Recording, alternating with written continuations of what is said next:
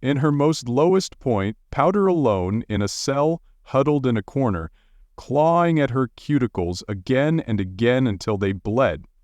Silco's phantom appears and convinces her to end it all. No visiting apparition from her mother, father, Vander, or even Isha, to convince her to live on. I thought maybe the remaining members of Powder's family living in the alternate universes would somehow be brought to Powder's current timeline and some way make a new family, but that was way too much for the writers. No, we can't have that. Let's rush this. Despite the missing dialogue between Powder and Echo, no closure, no reconciliation, just misery, death, and depression for all. They made it so Powder was to be used time and time again to carry Caitlin and give her prominence and a reason to keep the plot going in a certain direction, all the while making Caitlin relevant and critical to the story as the key character.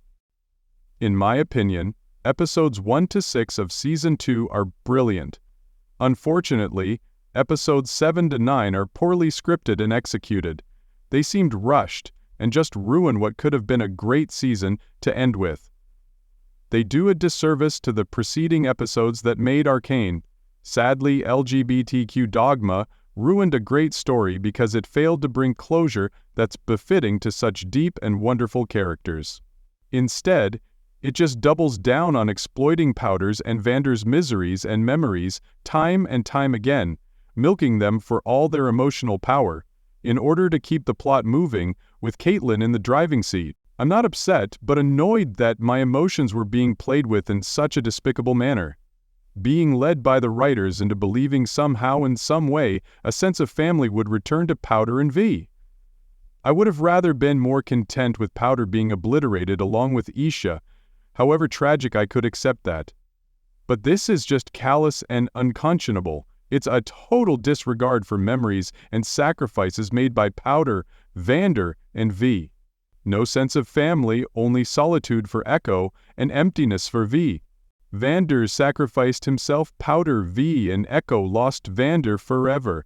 Benzo sacrificed himself, Vander and Echo lost Benzo forever. Isha sacrificed herself, Powder lost Isha forever. Jace sacrificed himself, Mel lost Jace forever. Powder sacrificed herself. Echo and V lost Powder forever. Even Heimerdinger sacrificed himself for all. The writers chose the LGBTQ path and used Powder to elevate and give prominence for Caitlin, all the while they used Powder and our emotions to lure us in. They had no care for her or her meaningful relationships. All they cared about was Caitlin's special rainbow status. In spite of this, V actually cared more about her sister because she remembered what Vander's dying wish was, to look after Powder.